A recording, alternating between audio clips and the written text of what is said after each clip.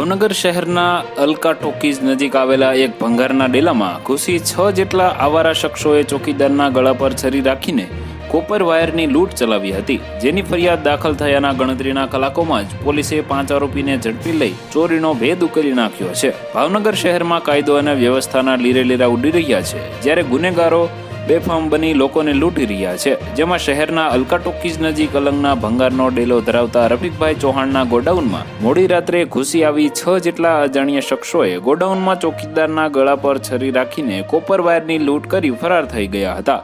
ભંગારના ડેલામાં ચોરી કર્યા બાદ આરોપીઓએ સીસીટીવી કેમેરાની પણ તોડફોડ કરી હતી। તેમ છતાં હાર્ડ ડિસ્ક સાબુત હોવાથી સમગ્ર ઘટનાના સીસીટીવી વિડીયો મેળવવામાં પોલીસને સફળતા મળી હતી। અજાણ્યા શખ્સો માલની ચોરી કરી ફરાર થઈ ગયા હતા। તો વધુ માહિતી મેળવવા માટે ચેનલ સાથે જોડાયેલા રહો। વિડીયો પસંદ આવે તો લાઈક કરી દેજો, ચેનલમાં નવા છો તો સબસ્ક્રાઇબ કરી દેજો।